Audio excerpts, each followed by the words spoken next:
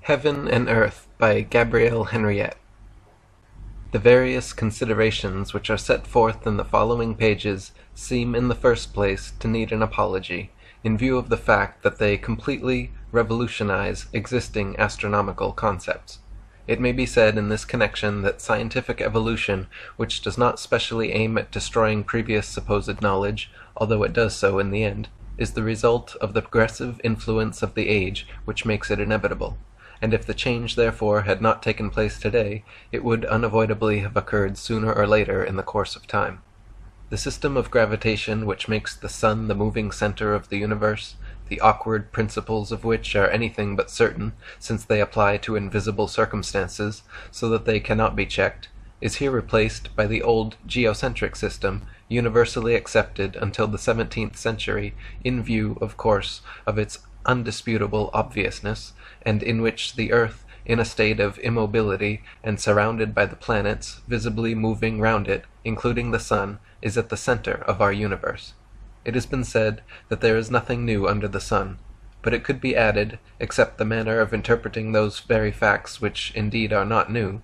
Thus this system comprises two important features already known to the ancients, which had been inconsiderately discarded or even completely ignored, but which, by a different interpretation, put on data obtained through certain modern discoveries, have been recognized to be absolutely true in spite of their apparent improbability.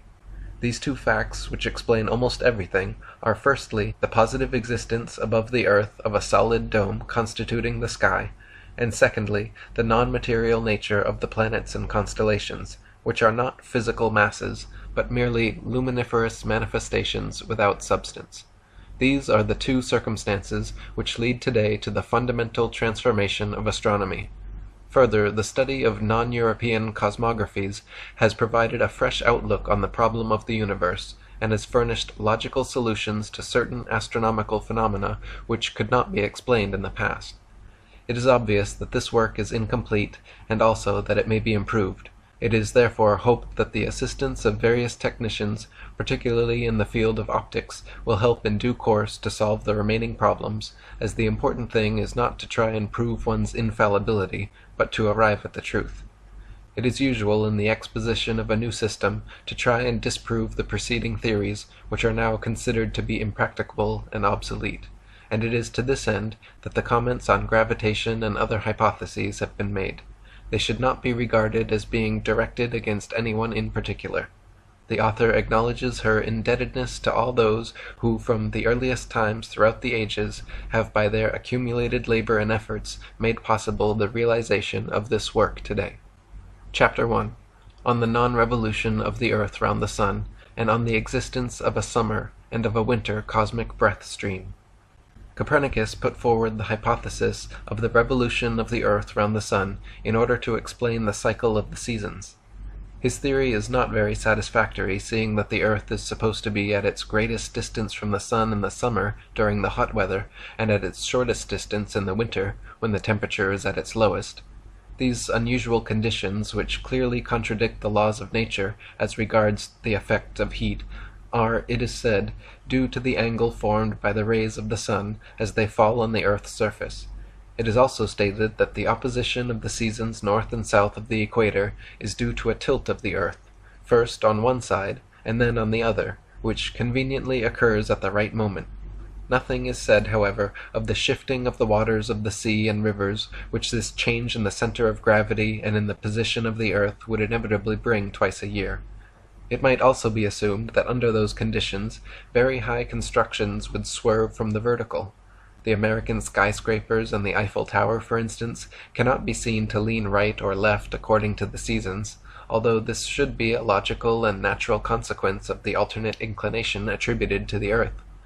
It must reasonably be said that the circumstances which readily explain in the most extraordinary and unlikely way the cause of the seasons are not credible, especially in the view of the fact that Copernicus, when he published his theories on the movement of the earth in his treatise on the revolution of the celestial spheres in 1543, insisted on their purely hypothetical nature.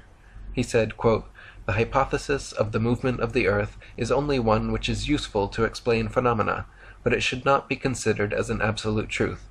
It was never his intention, it seems, that his theories should be taken in earnest by his successors. The motion of the earth in space can be disproved by a comparison between the supposed speed of the earth and that of the other planets. If we base our considerations on the principle that a body in motion creates an apparent speed equal to its own in bodies it encounters, which is usually demonstrated by the experiment of a moving vehicle, such as a train, it is difficult to judge at first sight whether it is the train or what can be seen outside which is moving away. But one fact is certain, i.e., that the two speeds, one of which is real and the other apparent, are equal. For this reason, if the earth were in motion, it would create in the planets and constellations an initial apparent speed equal to its own. Consequently, there can be no speed in the heavens lower than that of the earth's, since it represents a basic speed from which the apparent motions would be derived. But as it can be seen, the displacement of the constellations and of the planets, with the exception of Mercury and Venus, is slower than the supposed speed of the earth, which, under the circumstances stated above, is a material impossibility. It should, moreover, be considered that the real speeds of the planets have to be added to the apparent motions created by the supposed movement of the earth, with the result that the planets ought to pass before us like a flash of lightning. The absence of these mathematical circumstances, which surely have no reason to be invisible, ought to be sufficient to prove that the hypothesis of the revolution of the earth round the sun, as put forward by Copernicus, has no basis in fact, and is not admissible, even if such theory could not be replaced by anything more logical, as it is. An entirely different and more rational explanation of the cycle of the seasons, based on a reasoned investigation of existing conditions, can, however, be given, so that it will no longer be necessary to send the earth traveling into space to this end. The essential feature of the year is its division into two equal periods of 6 months, based first on the predominating length of the days over that of the nights, and vice versa, conditions which are governed by the varying hours of sunrise and sunset, and secondly, by the either high or low height reached by the sun in the heavens at midday. The first cycle, during which the days are longer than the nights, and the sun reaches its culminating point of the year, extends from the spring equinox to the autumn equinox, i.e., March 21st to September 22nd, and the second cycle, during which, inversely, the duration of the nights exceeds that of the days, and the sun descends to its lowest point of the year, extends from the autumn equinox to the spring equinox, i.e., September 23rd to March 20th. These two 6-month periods are also characterized by an opposition of temperature. During the first cycle, which corresponds to spring and summer, the heat gradually rises and falls, while during the second cycle, which comprises autumn and winter, it is the intensity of the cold which progressively increases and decreases. It might be said that it is evident that the heat of the summer and the low temperatures of the winter result from either the high or low height reached by the sun at midday, and also from the alternate predominating length of the days over the nights, although it might not be absolutely certain that the variations of temperature are entirely due to these particular circumstances. But to what reason must be attributed the variations which exist in regard to the sun's daily height and the hours at which it rises and sets, which seem to determine the various temperatures of the year? These regular fluctuations must necessarily have an origin, and it might be remarked that no scientific research or speculation has ever been attempted in this direction. The sun has been compared by the ancients to a chariot drawn by steeds, and to a boat manned by rowers, meaning by this that it is not self-propelled. Its movement, therefore, is derived from some external power, and in that case it would appear that the variations in the height of the sun, and its hours of rising and setting, are due to the passage and to the impulsion of the two regulating successive currents, or cosmic breath streams, of 6 months each, of a warm increasing and decreasing breath stream prevailing from the spring equinox to the autumn equinox, followed by a cold, increasing and decreasing breath stream from the autumn equinox to the spring equinox, and the conclusion is that the impulsion of these two summer and winter cosmic breaths govern the height of the sun, and that they have also the effect of either advancing or retarding the hours of sunrise and sunset on which depend the respective lengths of days and nights. It is therefore the arrival and growing intensity of the warm summer breath stream, which from March 21st causes the sun to gradually ascend to its culminating point of the year at the June solstice, and the decreasing intensity of this same warm stream, which, after the solstice, causes the height of the sun to decline steadily until the 22nd of September, moment of the equinox, when the cold current sets in. At the same time, the impulse of this warm cosmic breath stream has the effect of advancing the hour of sunrise and of retarding that of sunset, so that the days become longer than the nights. On the other hand, it is the arrival and growing intensity of the cold winter breath stream about the 23rd of September which causes the sun to further descend to its lowest point of the year at the December solstice, and the decreasing intensity of this cold breath, which, after the winter solstice, causes the sun to rise again until the 21st of March, when the warm breath takes over. At the same time, the cold current has the effect of retarding the hour of sunrise and of advancing that of sunset, whereby the nights become longer than the days. As it can be seen, these two semi-annual cosmic currents or streams, warm and cold, each represent a complete breath comprising a rising phase of inspiration from the equinox to the solstice, and a falling phase of expiration from the solstice to a following equinox. And it is these two double phases of a duration of 3 months each, controlling the daily height of the sun and the hours of its rising and setting, which cause the 4 seasons.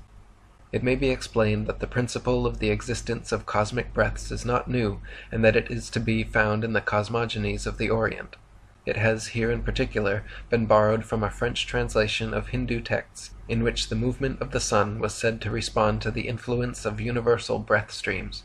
The author has adapted his theory to existing circumstances, thus permitting the specific respiratory nature of these cosmic breaths to be discovered.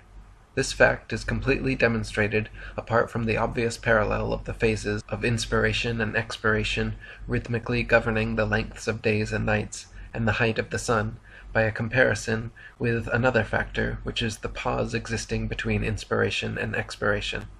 This pause is precisely reproduced by the solstice, which corresponds to the stoppage of the cosmic breath between the two phases. The existence of a breath governing the movement of the sun becomes here manifest, since the height of the latter at midday does not vary during the solstice interval, nor do the hours of its rising and setting. The respective lengths of the day and of the night remain unchanged, the sun rising and setting at the same hours for no less than 5 days.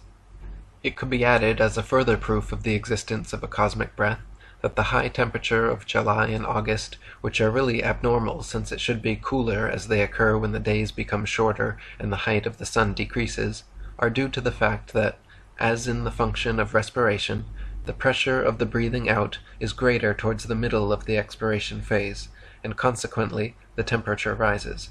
On the other hand, it is observed that the cold becomes more intense in January and February, although the days are growing longer and the decrease in the intensity of the cold breath is causing the sun to rise.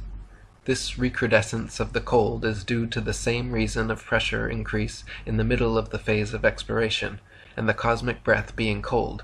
It follows that there is a further drop of temperature during this period, from which it can be seen that the pressure of the respective cosmic breath streams is susceptible of warming or cooling the atmosphere, as the case may be, regardless of the height of the sun. It is also obvious that the opposition of the seasons north and south of the equator result from a corresponding opposition in the circulation of the two breaths round the earth, i.e., when the warm breath is in the northern hemisphere, the cold one is in the other, and vice versa, so that it is simultaneously summer in one part of the world and winter in the other. Thus the warm 6-month breath, which commenced in the northern hemisphere at the spring equinox, comes to an end at the autumn equinox, about the 22nd of September, when the transposition of the warm and cold breaths takes place. The warm breath passes in the southern hemisphere for the spring-summer cycle, and at the same time the cold breath leaving said hemisphere enters ours for the autumn-winter cycle. The respective intensities of the two breaths, both at the end of their expiration phase at the moment, are, thus, equalized so as to permit their transposition, and at the same time the lengths of the day and night find themselves also equalized to 12 hours each in both hemispheres. It is also most probable that the atmospheric disturbances which prevail at the time of the equinoxes are due to the mutual replacement of the breaths, and to their passage in a different part of the world. It should be added, however, that in the above theory concerning the cycle of the seasons, the cosmic breaths do not act directly on the sun, but that there are intermediate circumstances which will be dealt with later on with regard to the origin itself of the sun. Chapter 2. On the fact that the earth does not rotate, and on the existence of a day and of a night cosmic breath stream. Copernicus had evolved another theory, which also explains in his treatise on the revolution of the celestial spheres, that if a body is to revolve round another, the first one must have a spherical shape, and rotate about its axis in the manner of a spinning top. Consequently, in order to make this notion fit in with the movement of the earth round the sun, which he had devised in order to explain the seasons, he suddenly decreed that the earth was round, contrary to the general opinion at the time, and then proclaimed that it had a movement of rotation about its axis. The great inconvenience in this proposition is that the rotation of the earth cannot be seen to exist either with regard to the position of the sun or clouds during the day, or of the moon and other planets by night. On the other hand, the fact of the immobility of the earth has an immense advantage over the theory of the rotation, in that it can positively be recognized as such, and it can safely be said that if the earth cannot be seen to move, there are 100 chances in 100 that it does not do so. The theory of the rotation of the earth, however, may once for all be definitely disposed of as impracticable by pointing out the following inadvertence. It is said that the rotation takes 24 hours, and that its speed is uniform, in which case, necessarily, days and nights should have an identical duration of 12 hours each all the year round. The sun should invariably rise in the morning and set in the evening at the same hours, with the result that it would be the equinox every day from the 1st of January to the 31st of December. One should stop and reflect on this before saying that the earth has a movement of rotation. How does the system of gravitation account for the seasonal variations in the lengths of days and nights if the earth rotates at a uniform speed in 24 hours? At all events, we have previously seen that there is no such movement as the revolution of the earth round the sun, and as the rotation was its sine qua non, it automatically fails at the same time. There is also reciprocal invalidity. If the rotation is manifestly impossible as demonstrated above, the translation, which was uniquely derived from this movement, becomes void.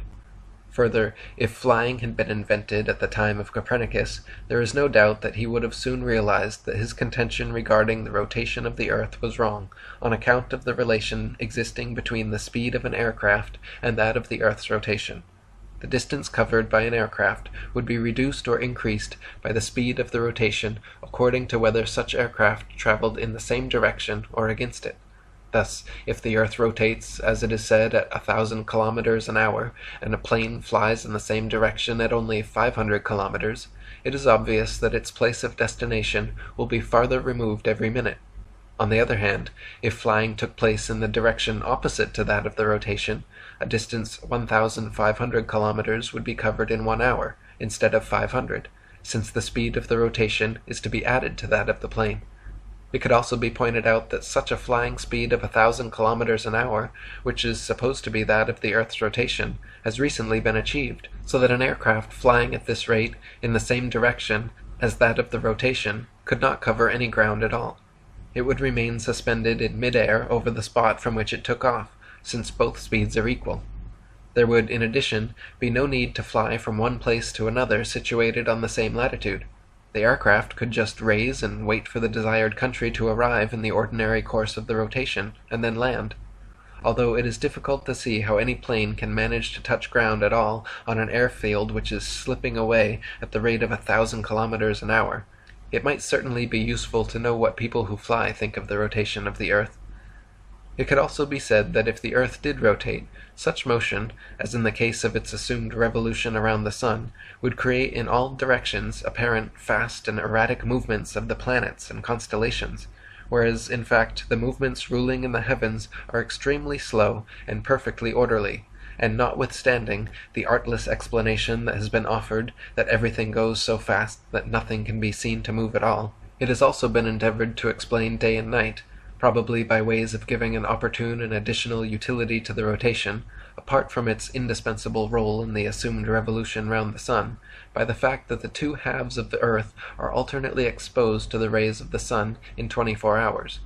But day and night do not result from a play of light and shade caused by a turn of the earth. As it can be realized by anyone, daylight is produced by the arrival and passage of the sun, and night by the disappearance of the latter. It is daylight when the sun rises, and night when it sets. There is no need at all for the earth to revolve in order to create these facts of nature, the cause of which is evident and sufficient unto itself. A factor, however, other than the presence and absence of the sun, might be taken into account in the alternation of day and night. It is known that the ancients insisted on the fact that day was caused by a luminous vapor, and night by an opaque sort of fog. But this explanation is not satisfactory as far as night is concerned, as the stars would not be visible, or at least they would be obscured. What may be assumed, in reality, is the presence of a warm cosmic breath during the day, and of a cold one during the night, to correspond respectively to the warm breath of the summer and the cold breath of the winter, as no doubt day and night are on a small scale what the two main divisions of the year are on a large one. There is, moreover, a noticeable increase of temperature after midday, which points to the existence of a breath in its phase of expiration. The passage of this breath of day would begin in the early morning at dawn, the usual pause between inspiration and expiration taking place about midday, as we have in this connection the infallible test of the behavior of man, who by reflex action stops work at this moment for a time. The passage of the warm day breath would then end at dusk upon the arrival of the cold night breath stream. It might be considered that the breath of day has a certain luminosity in view of the fact that it's daylight long before sunrise, and also that the light persists after sunset, as well as during total eclipses of the sun. It can be seen from photographs taken during such eclipses that the details of the landscape, buildings, and objects remain visible, so that the presence of a luminous factor not dependent on the sun, but provided by the breath of day, can be assumed. The cold breath of night would inversely flow from nightfall to dawn, with the usual interval some time after midnight. There is a sharp drop of temperature about this hour, which corresponds to the increased intensity of the cold night breath in its breathing out phase. There is an opposition in the circulation of the day and night breaths round the world, so that when one is north of the equator, the other is south of the equator, and vice versa. The day and night breaths are certainly connected with and influenced by the greater breaths of summer and winter, and it is therefore their combined actions which regulate the height of the sun and the hours of its rising and setting, but not directly, as said before, but through intermediate circumstances, which are explained later on.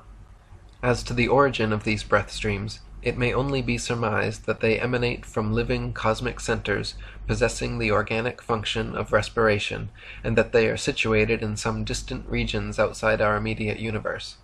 It is also possible that there may be a connection between the winds and these cosmic breaths. There are winds which prevail regularly during certain seasons of the year, and which, under the circumstances, might correspond to the semi-yearly breaths of summer and winter. Further, high-flying American airmen have reported the existence of a vast high-altitude current of air 6 miles deep and 300 miles wide, circling at a fantastic speed round the northern hemisphere. And from Australia, similar reports indicate the presence of a corresponding high-velocity airstream south of the equator.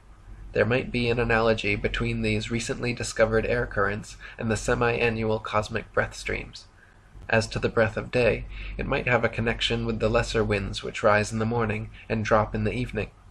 It would also appear that the breath streams are accompanied by vibrations or cosmic pulsations, the breaths of day and night by 12 pulsations each, which are the hours, and the semi-annual breaths of summer and winter by 6 great pulsations each, of a duration of 30 days. These are the months. It could be added that it is probably the regular and constant flow of these cosmic breaths which constitutes the passage of time. Chapter 3. On the revolution of the planets round the earth and not round the sun. All the planets, including the sun, revolve round the earth. These circumstances cannot be denied, since they are plainly visible, either in the ordinary way with the naked eye, or with the help of a telescope.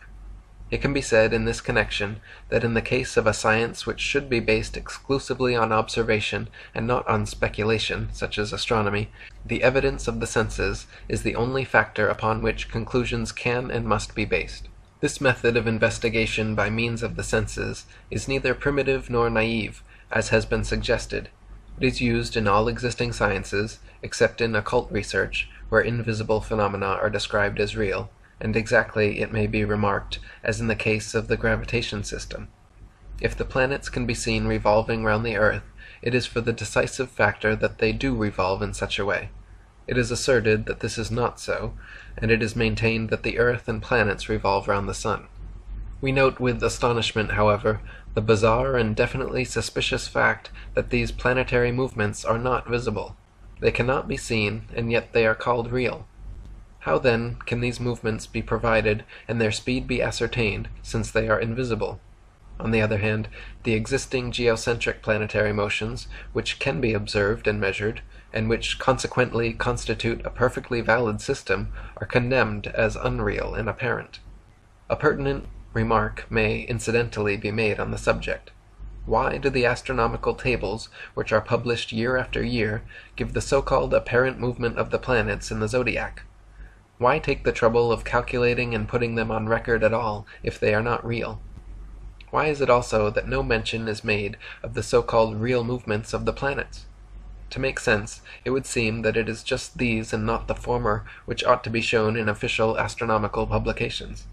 A single example would be sufficient to prove that the laws of gravitation are not in conformity with existing circumstances.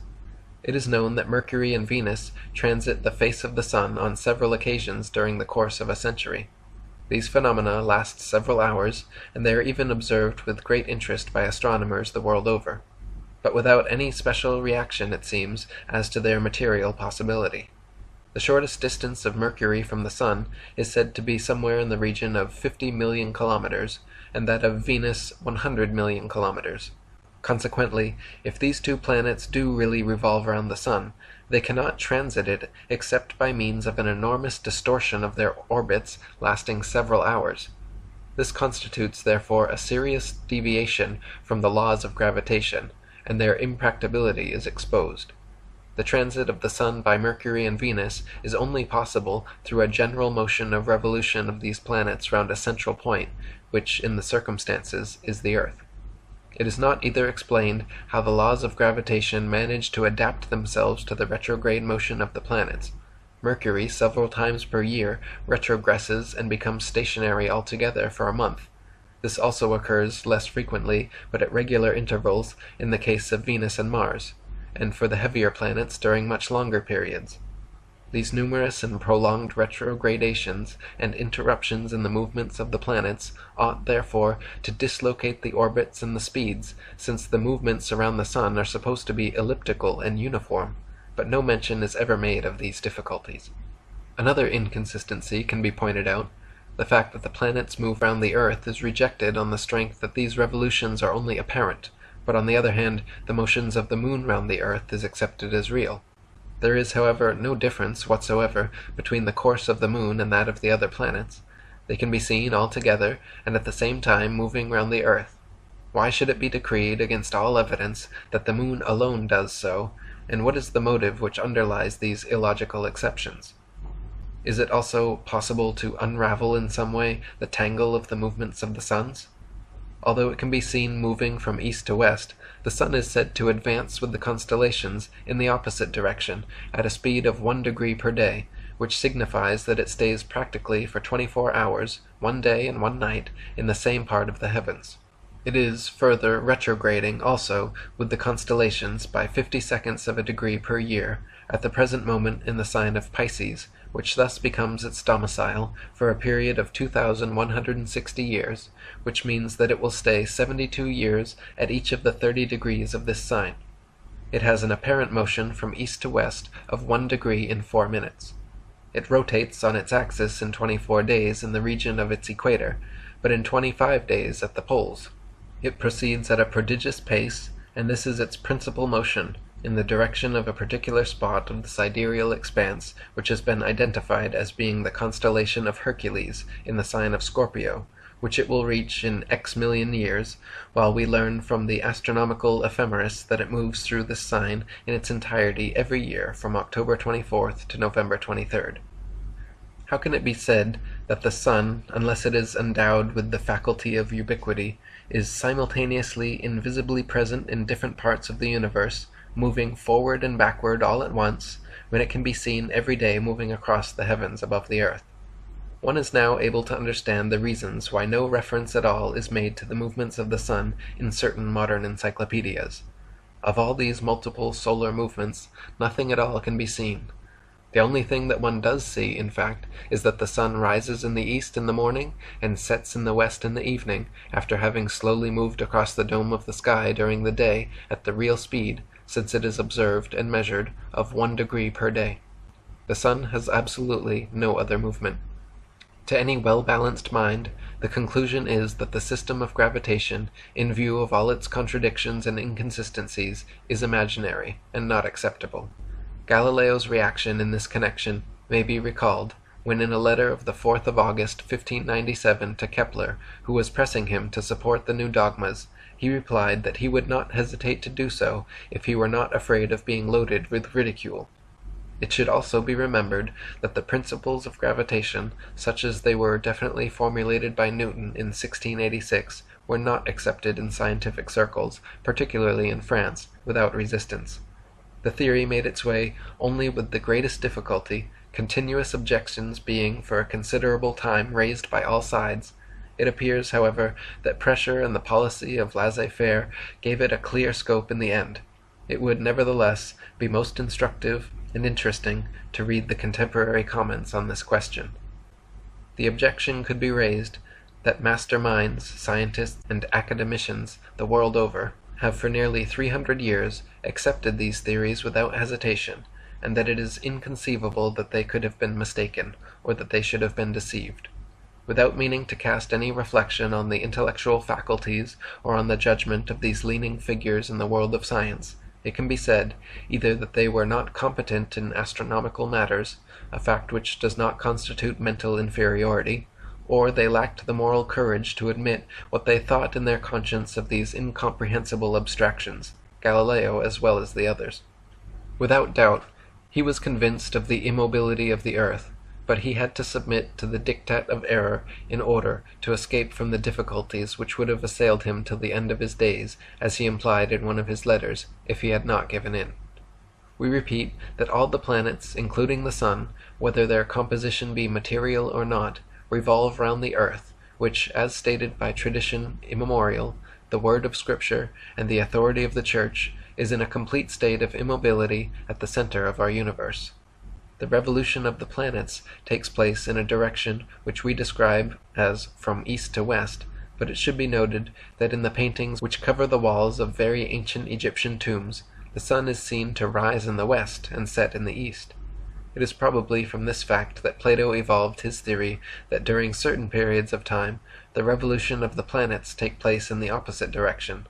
But the rational explanation which can be attached to this supposed reversal of the planet's motion assumed by Plato is simply that the Greek geographers reproduced the maps of the world, as it was known in those days, the wrong way up, so that the poles and the 4 points of the compass were reversed.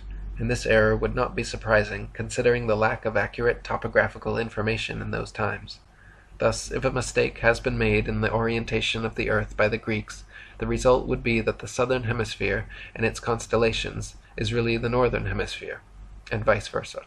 Australia would then be at the top of the world, and Canada at its lower end.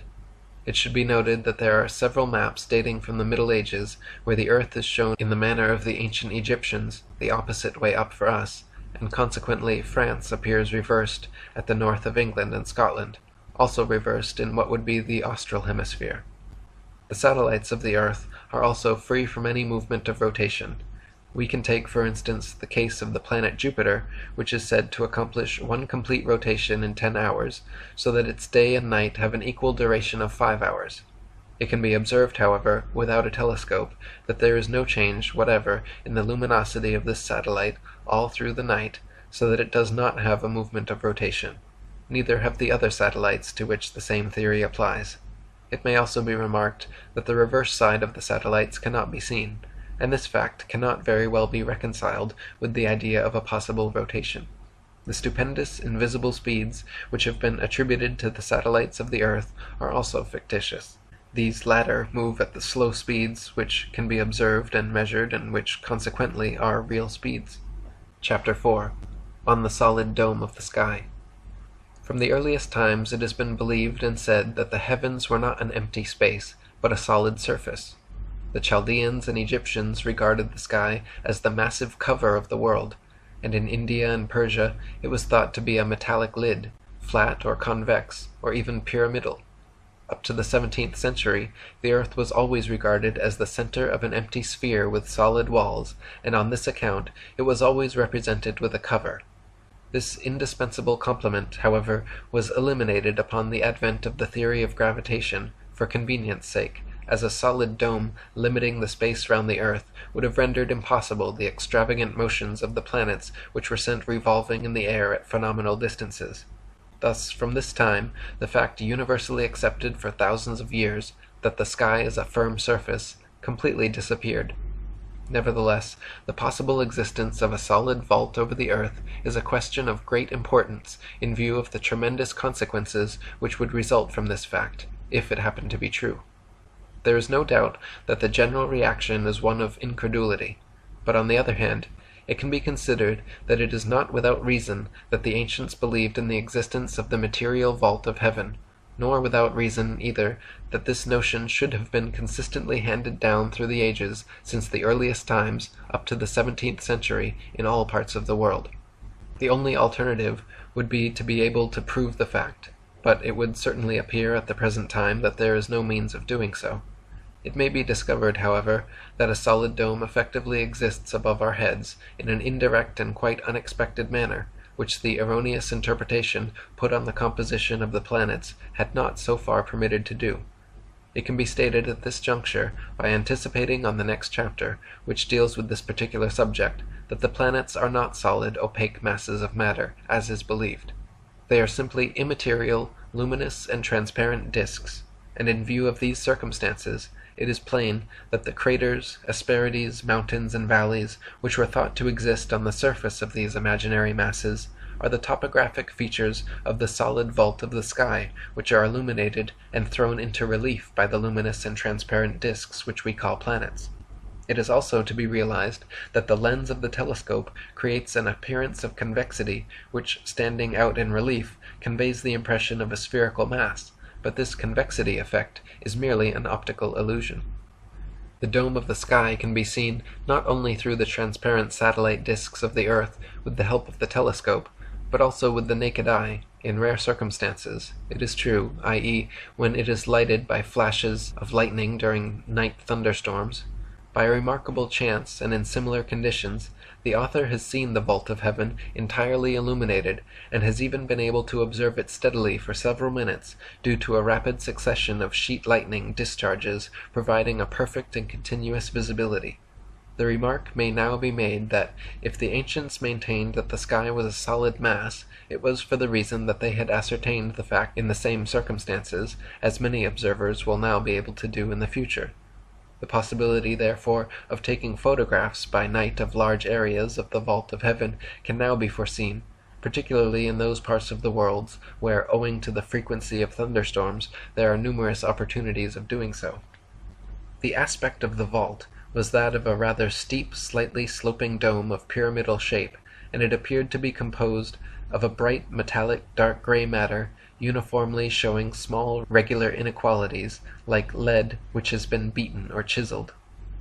The larger details, particularly the craters, were clearly visible against the background, but the most impressive circumstance yet was the incredible nearness of the vault, the highest point of which did not appear to be, at the most, any more than 60 kilometers from the earth.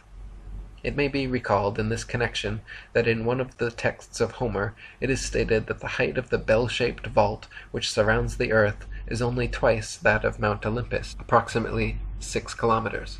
This estimation, evidently impossible, and which must have probably resulted from the exceptional purity of the atmosphere in Greece, which may be deceptive, gives nevertheless an idea of the manner in which this question of the distance of the vault of the sky from the earth, to which we shall return later on, is to be envisaged. It results, therefore, from the foregoing explanations that the existence of a dome of matter encircling the earth cannot be denied, and this fact completely revolutionizes the present-day concepts on the outer world. The earth is not freely suspended in space, but it is resting on the floor of a cavity whose walls surround it on all sides. The sidereal expanse does no longer extend over unlimited and undetermined distances. The dimensions of our universe are now known to be restricted, and they are confined by the circular wall which encircles the earth. It is by this obstacle that the radar waves are reflected, and we may also recall in this respect the theory of Heaviside leading to the existence of an upper, wave-resisting atmospheric layer, which is no other than the solid vault of the sky.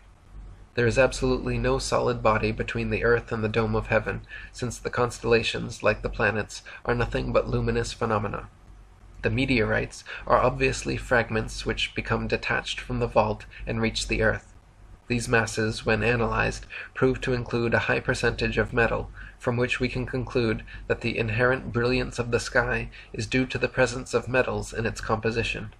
The fact is that the earth, at the beginning of time, must necessarily have become separated from the adjoining mass which constitutes now the vault of heaven, and therefore the parts now divided must contain the same elements. All the metals and ores of the earth are consequently present in the surface of the sky.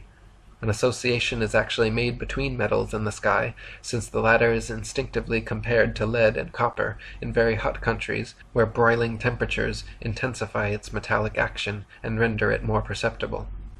In classical literature, there are two specific references to the metallic nature of the sky, apart from the one to be found in the Egyptian cosmology, but the former may not be independent of the latter.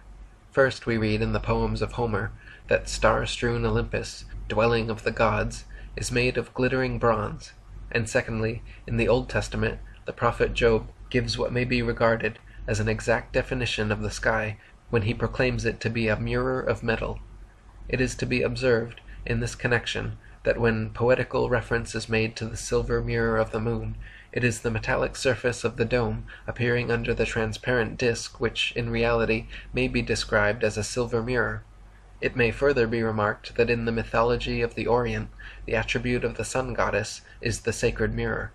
This is another association with the true nature of the vault, and it must be admitted that the latter, especially when it shines and sparkles under the sun, undoubtedly looks like a mirror. It has frequently been observed that there is a resemblance between glass and the sun. In the 6th century BC, Empedocles regarded the sun as a vitreous body which collects and reflects the light of the ether, but has no luminous power of its own. The British astronomer Palmer, in the last century, held the view that the sun is a lens which, he also said, transmits to us the rays emanating from the Almighty. It is further known that Ptolemy, in his system of the constitution of the universe, speaks of the existence of a crystalline sky, i.e., a sky in the nature of a transparent mineral substance. One may think, in this connection, that it is not impossible that, due to the heat developed by the passage of the sun's disk, there may be a fusion and vitrification of the siliceous materials contained in the vault, so that it becomes coated in certain places with a layer of glass which would communicate to the solar disk by transparence, identical properties, so that it might become similar to a lens. The presence of a dross or slag similar to that formed on fused metal has also been observed on the surface of the sun, which is really, owing to its transparence, the foundation of the sky, and this seems to confirm the possibility of thermal and chemical reactions taking place among the elements which compose the vault. It can now be understood that the light and the heat which appeared to be produced by the sun do not proceed from this source, but are due to a burning glass effect, which is generated by the brilliant metallic surface of the vault under the luminous disk. Under these conditions, all the vivifying and beneficial properties which are attributed to the sun must be transferred to the solid dome of the sky, as well as the rays. These are not the sun's rays, but they are the rays of the metallic surface of the vault. It is also obvious that the electrical discharges which produce lightning take place between the mass of the earth and that of the dome of the sky. It can further be surmised that parts of the dome expand and split or explode under the stress of the passage of the intense electrical currents and of their discharge, hence the short detonations called thunderclaps, which are later amplified into loud rumblings and reverberated in the interior of the vast cavern which contains the earth. It can further be remarked that crashes of thunder are always immediately followed by a metallic resonance similar to that of bronze or brass, and it can be said that this particular resounding, which is clearly perceptible, is certainly produced by the metallic walls of the vault, which are made to shake and vibrate under the stress of the detonations. The ancients have said that rain is part of the waters which exist on the other side of the vault, and which pass on to this side through the cracks. It may be remarked in this connection that rain is always discharged at the end of a thunderstorm, that is, after the sound of the splitting of the dome. Otherwise the thunder has been heard, and this fact would seem to substantiate the theory of the ancients concerning rain. Lightning is a phenomenon which results from the electrification of the vault, but it must be explained that the luminous branches and ramifications which are observed in what is called forked lightning are not lightning at all, strictly speaking, neither do they traverse the atmosphere as is believed. They correspond to luminous electrical currents which travel in the vault of the sky itself, where they follow irregular tracks, probably metallic veins, and it can be also seen that they adopt the convex shape of the vault. These currents contribute eventually to the accumulation at a certain spot of the quantity of electricity which is required to cause a discharge towards the earth, which occurs then in a direct line. The comets, meteors, and shooting stars are phenomena which also have their origin, like the so-called forked lightning, in the mass of the vault. The author definitely knows this to be the case. Comets are spontaneous, luminous manifestations which are created by electrical reactions occurring in the vault of the sky, and this explains their unexpected and sudden appearances, as well as their rapid and erratic movements, indifferently direct or retrograde. The passage of a comet is not accompanied by sound, that is to say that there is no electrical discharge like in the case of lightning, which causes the vault to split and detonate. It can be surmised that lightning takes place in the thickness of the vault, whereas a comet is a surface phenomena. The orbit of comets, which may be seen to sweep across the vast expanse of the sky, is described as parabolic. This means, in fact, since the passage takes place on the surface of the dome, that the orbit follows exactly the curvature of the same, and acquires therefore a seemingly parabolic shape. The formation of comets seem to be due to the influence of the satellite disks of the earth as they pass at certain points of the vault of the sky.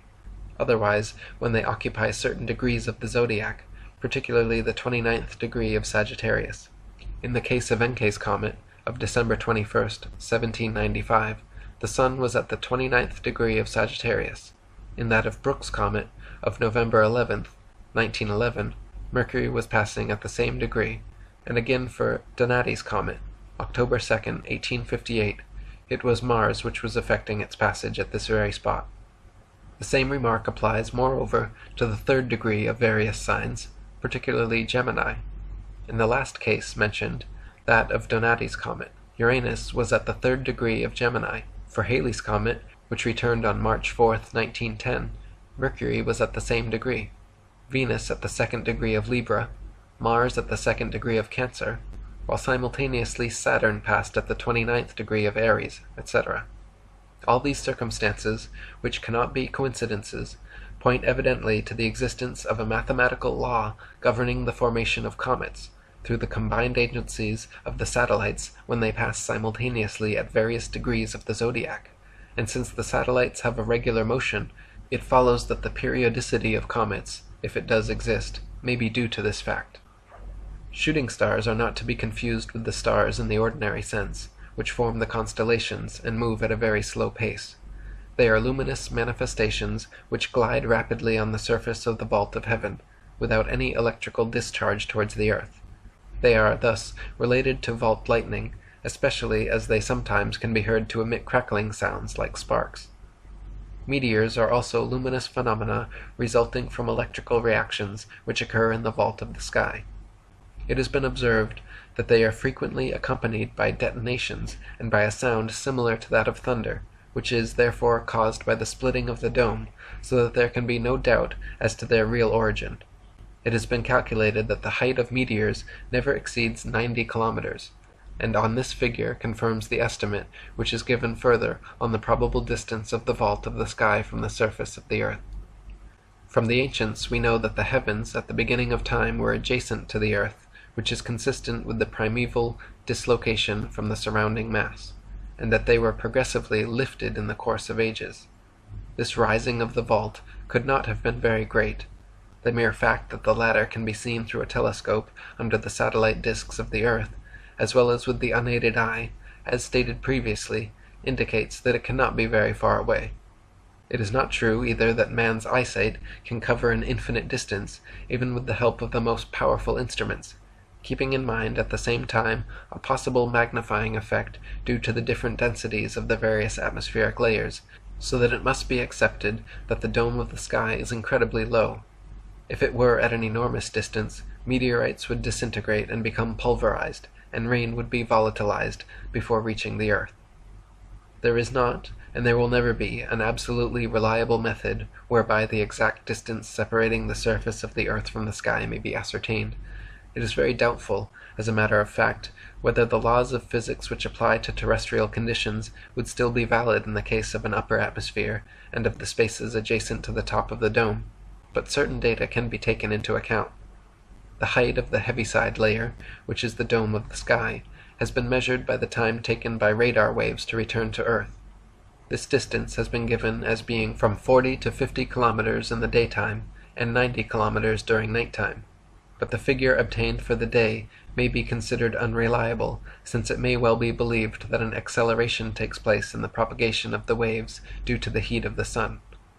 It is known, on the other hand, that the thickness of the atmosphere has also been measured, but the atmosphere is invisible, and since the dome is the only surface on which the eye can rest, it is clear that the thickness of the atmosphere means the height of the dome. And in the 11th century the Arabs, by measuring the duration of twilight, assuming that their method is acceptable, established that this thickness is 92 kilometers, and nowadays, by the same method, a figure of 64 kilometers has been obtained. A similar indication comes from the Ceylon, where inhabitants claim that the dome is there particularly low, being only 40 miles high, i.e. 60 kilometers from the earth, and it does not necessarily follow, whether this statement is based on conviction only or not, that it is untrue. This figure is also consistent with the impression of the author, who has seen and observed the dome of the sky during a sufficiently long period of time to enable its probable distance to be judged as well as humanly possible, and the conclusion is that the distance separating the surface of the earth from the sky, and which may vary in some places, does not exceed 80 to 90 kilometers. The first telescope used by Galileo, which was of his own construction, had only a threefold magnifying power. Nevertheless, he could with his small instrument see the eminences of the vault, described by him as being the mountains of the moon. That is to say, that instead of saying 80 to 90 kilometers, 50 to 60 might be nearer the mark. The vault of the sky may not be absolutely rigid, but may at intervals alternately recede and advance, so that under these conditions the changes of atmospheric pressure would obviously result from the varying heights of the vault. The azure color of the atmosphere may be due to the presence in the surface of the sky of certain metals or of their alloys, which provide a blue coloring matter, such as copper oxide or cobalt. This latter metal, particularly, which is used for producing blue-colored glass, is found in very large quantities in meteorites, and its color could be diffused by the sun onto the atmospheric layers, even if they do not completely reach the top of the dome, as the latter could cast a reflection from a distance. It might also be inferred that the reddish tint of the transparent disk of Mars is due to the fact that the part of the dome which underlies its orbit contains iron oxide, which provides a compound of this color. Chapter 5. On the immaterial nature of the satellites of the Earth. The satellites of the Earth are not masses of matter. They are luminous and transparent disks without substance. The moon, in particular, conveys the impression of being an ethereal manifestation, and the uncertain and elusive character which is usually associated with this satellite results precisely from its immaterial nature. As already stated, the surface irregularities which were thought to exist on the imaginary masses called planets are those of the dome of the sky, such as they are seen through the transparent disks. The so-called mountains, craters, and depressions of the moon are details of the structure of the dome. It may be remarked in this connection that the astronomers at the Mount Palomar Observatory in America have recently reported that striking alterations have taken place on the surface of the moon. Gigantic craters and fissures of more than 500 kilometers are said to have appeared, and ranges of mountains as important as the Alps have disappeared without leaving a trace.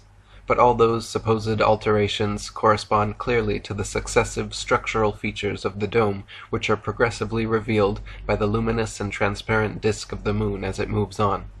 This explanation applies also in the case of Mars. The canals are most likely cracks or maybe dark veins existing in the surface of the vault, which are seen through the disk. It has been observed that from time to time the canals multiply and change their form and their width, and that the dark regions called cases, which are also to be seen, expand or shrink, but as already said above, these changes relate in fact to the gradual exposure of the vault structure under the advancing disk. The same remarks apply also to Jupiter, which is said to have undergone similar transformations. The notion that the satellites of Earth are masses of matter, which originated with Aristotle in the 3rd century BC, has to be abandoned. There are no solid bodies traveling in space, and the use in the vocabulary of the word planet, which has this erroneous meaning, is no longer justified. It could further be said concerning the true composition of the satellites of the Earth that it might have been discovered before today that the latter are not masses of matter, in view of the fact that they are able to remain at a standstill for several days during the pause which follows their retrogradation, irrespective of whether they are held to revolve round the Earth or the Sun. It is obvious that during this time the supposed compensating forces which are said to result from the movements of the planets, and thereby hold them in space, would cease to operate, due to the absence of motion. The only physical law to which the planets would then be subjected would be that of gravity, and under the circumstances they would normally be precipitated on Earth, or on the Sun as the case may be. The fact that the satellites are able to remain suspended in space for days during the stationary period which follows retrogradation indicates that they are not masses of matter, and that they can only be luminous manifestations, which fact is compatible with the impressive silence ruling the heavens. It was recognized from the earliest times that the satellites of the Earth, particularly the Sun and the Moon, were not solid, opaque bodies. They were first, until Aristotle, considered to be souls or spirits, which does not imply a physical nature. To the ancients they were simply lights, and they gave the sun and the moon a very apt name. They called them luminaries. Xenophanes in the 6th century BC thought that the sun was an accumulation of sparks resulting from the influence of the earth. Several other physicists believed that it was a vitreous body, or a lens reflecting the light of the ether, and this theory, which is based on observation, is logical, considering that the metallic nature of the surface of the dome of the sky was probably unknown at the time. As for the moon, it is said that ages ago, long before the beginning of the Christian era, the Babylonian astronomer priests were teaching in their temples that it was a reflection of the earth. This supposition of reflection is exact, but that of the origin of the reflection is not, for the lunar disk, which is as perfectly circular as possible, cannot be a reflection of the earth, since the latter is not round. Copernicus was the first to assign this shape to the earth in order to support the rotation.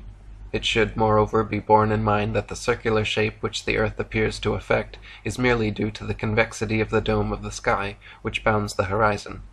The ancients have always said that the earth is flat, and this is confirmed by the photographic records of a large number of airmen, and also by the declaration of Professor Piccard when he ascended into the stratosphere. It is further difficult to believe, as it has been explained, that the inhabitants of the antipodes, as a natural consequence of the rotundity of the earth, are able to stand and walk, feet on earth, and head down in the manner of insects crawling on a ceiling. We may reasonably think that the inhabitants of the whole world walk in the same manner as we do, and on the same plane, which is the horizontal surface of the earth, and it is undoubtedly that which would be seen if Australia could be reached by television. Since concrete notions have now been obtained concerning the existence of a circular vault round the earth, it logically follows that the latter is a plane surface, apart, of course, from the irregularities of the mountains, which fills with the oceans the lower part of the cavity in which it is situated. The polar regions would therefore lie flat and extend to the base of some of the circular walls surrounding the earth.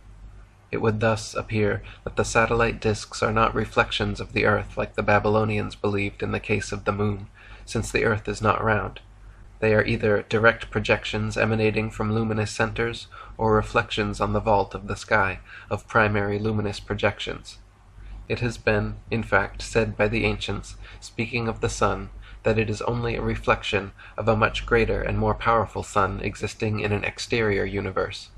If either of these two alternatives is correct, the great difficulty, however, which still remains to be solved in a satisfactory manner, is the motion itself of the satellites.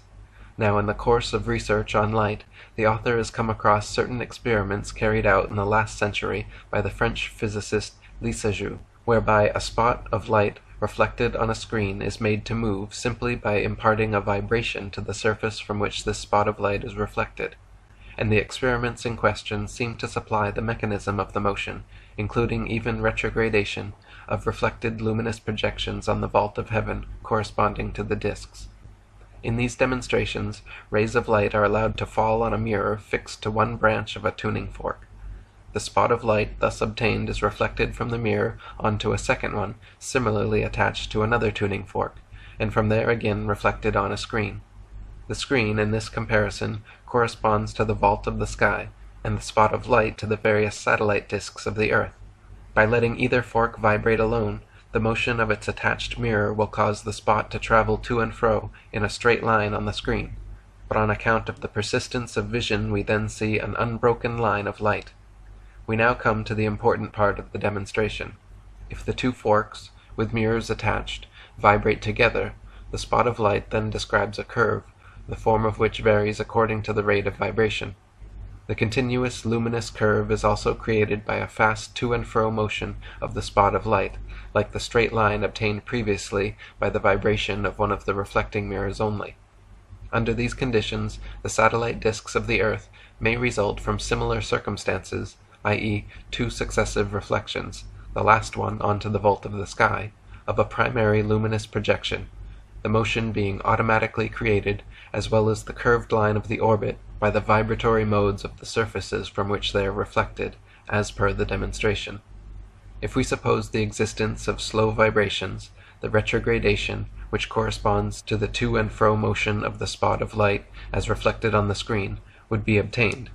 But in the case of the sun and moon, which do not retrograde, the vibrations of the reflecting surfaces would be fast in order to conform to that part of the experiment, where, due to the persistence of vision created by the rapidity of the vibrations, a continuous curve is produced. It would thus appear that since the results obtained by Lissajous reproduce the characteristics displayed by the satellite disks of the earth as regards their origin and their motion, this explanation could be accepted. If experiments were carried out, thereby ascertaining the suitable vibratory motions to be applied to the reflecting surfaces, it is probable that a complete reconstitution of the cosmic device could be effected.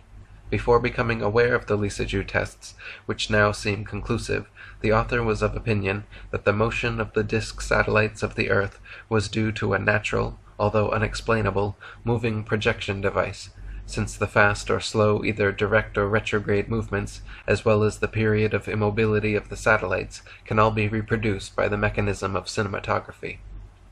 As to the origin of the vibratory agents, the author's theory is that they result from the passage of the semi-annual and daily cosmic breath streams, of which they follow the increasing and decreasing phases. It is stated in the Hindu texts, to which reference has already been made, that the chariot of the sun becomes restless upon the arrival of dawn, signifying here the breath of day, which sets it in motion, and this might indicate that the simultaneous vibrating of the two reflecting surfaces which determine the ascending and descending movement of the sun is produced and governed by the breath of day. In that case, there would be a new sun every morning, and this could perhaps explain the reason of its obvious weakness upon rising and setting. In the latter circumstance, the usual flickering which precedes the extinction of a light can readily be observed. The passage of the semi-annual increasing and decreasing summer and winter breath streams would also create in the reflecting surfaces correspondingly increasing and decreasing vibrations, affecting thus the yearly height of the sun. These hypotheses may only constitute an imperfect solution of the problem, but they may lead in the future, by means of suitable research and experiments, to a more concrete explanation. The origin and situation of the luminous projector centers would still have to be elucidated. Their size may be very small, but the projections would be greatly enlarged by the successive reflections, particularly the last one on the vault of the sky. These primary sources of light may be situated, as the ancients thought, in the case of the sun, in an exterior universe communicating with the interior of the cavity which contains the earth by means of openings, as early cosmogonies include many references to the existence of doors and windows in the vault of the sky. It is probable that the exploration of sidereal space, as far as it can be carried, will ever permit to clear up the difficulty, or furnish information as to the situation of the vibrating surfaces from which the disks are reflected on the vault of the sky. It can also now be understood that since they are reflections, the satellite disks of the earth cannot of their own produce any sort of phenomenon, and if spots or shadows appear in their circumference, it is clear that these modifications occur in the first place either in the primary projector center or on the reflecting surfaces, or perhaps on the vault of the sky, and that these modifications are reproduced eventually in the interior of the disks. Circular currents moving at unequal speeds at various latitudes have been observed in the sun, and as these appear to represent a rotary motion, it has been assumed that the latter rotates on its axis at a speed of 24 days in the region of its equator, and of 25 days in the case of its other latitudes. But it can be understood that these currents or vortices exist either in the primary projector center or in the reflecting surfaces, and that they are represented in the interior of the solar disk, although these manifestations might also be due to the disk's motion on the reflecting convex walls of the sky. Some secondary satellites, or moons, are also said to have been discovered round the satellite disks of the earth, but they can be assumed to be optical illusions, and that if they are not caused by a distortion of vision in the objective, they may result from a multiple refraction of the primary disk on the adjacent walls of the dome. It is necessary to recall what has previously been said concerning the short distance of the vault. Consequently, the luminous disks, called planets, which move on the ladder, are also less than 100 kilometers from the earth. Chapter 6. On the action of the vault of heaven and on cosmic rays. It cannot be doubted that in virtue of its great mass and short distance from the earth, the vault of heaven exercises a powerful influence not only on the earth itself, but also on all it contains and every living thing on its surface. The vault generates and discharges the energies which, under the name of cosmic waves, rays, or radiations, are day and night incessantly received from outer space. These waves are believed to emanate from the stars, although it has been observed that they also come from a direction where there are no stars at all, and this has given rise to the theory of the existence of invisible stars. But necessarily all radiations received from the exterior emanate from the vault of heaven. It may be thought that the latter, in a general way, acts on the climate, and the temperature depending on its composition and its distance. It may well be assumed that the very high temperatures of the equator are due to the fact that the vault is nearer the earth in this part of the world. The influence of the vault is principally exercised through the medium of the satellite disks of the earth moving on its surface, by the particular action they exert on the latter. The disks stimulate and reveal its characteristics. We have seen, for instance, in this connection, that heat and light rays are developed by the vault under the sun. All the disks are conductors of the radiations which proceed from those parts of the vault which underlie the path of their orbit, and it may be understood that these radiations are not all of the same variety, nor do they have the same intensity, since the composition of the vault is likely to vary according to its height, and also that the nature, size, and speed of the disks are different. It is therefore due to this function of transmission of the radiation from the vault that the ancients had given the satellite disks of the earth the name of interpreters. It is now possible to assume that life, with its phases of incarnation, birth, growth, decay, and death, results from cycles combining earth energies and the cosmic forces which are received from the vault of the sky through the medium of the satellite disks of the earth. Another important feature concerning the vault is the fact whereby, taking into consideration the metallic nature of its surface, it must possess a hypnotic non-vibratory influence, which, it may be expected, participates with the earth energies and the cosmic forces in the phenomenon of life. It is also, most probably, this hypnotic action exerted on the earth throughout the day by the vault, which induces sleep at night. Insomnia would therefore mainly result from an insufficient exposure of the body to its influence during the day. The dome of heaven must also constitute an important factor of physical and mental well-being, particularly when its presence is known and kept in mind. The author knows that healers transmit the vital energies it contains, and also, incidentally, that these operate through the correspondence existing between the shape of the body and the shape of the heavens, of which man is a small replica. It has been said before today, in this connection, that the universe, signifying the heavens or the vault, is like the body of a man which, according to some texts, lies over the earth face downwards, with the head in the east and the other extremity in the west. A much deeper implication must, however, be attributed to the vault of heaven on the religious plane, since some of the cosmic energies it contains and radiates must definitely be regarded as divine. They are the universal gods which were the object of primitive worship, and have since reappeared under different names in successive religions. It may be said at this point that the fact of knowing the true origin of the energies which create the religious complex in man does not in any way affect their divine nature, or prevent their being worshipped as in the past. On the contrary, the heavens, and this word, has a single meaning, which is that of the material and radiating vault which encircles the earth, was therefore described as being the dwelling of the gods. In all early theologies, the vault itself, under the names of God the Father, Lord Almighty, was the supreme deity personified, for instance in Greece by Zeus, the god on high, of whom all the other gods were only parts or manifestations, meaning by this the various radiations which proceed from the different parts of the vault. The satellite discs of the earth, particularly the sun, were also regarded as gods due to their revealing and communicating the divine energies. We are thus gradually led to identify the triad of divinities which form, in a more or less confused way, the basis of all religions. The first is obviously the vault of heaven, God the Father. The second is the Son, true Savior of the world, classically described in early theologies as the Son, S-O-N.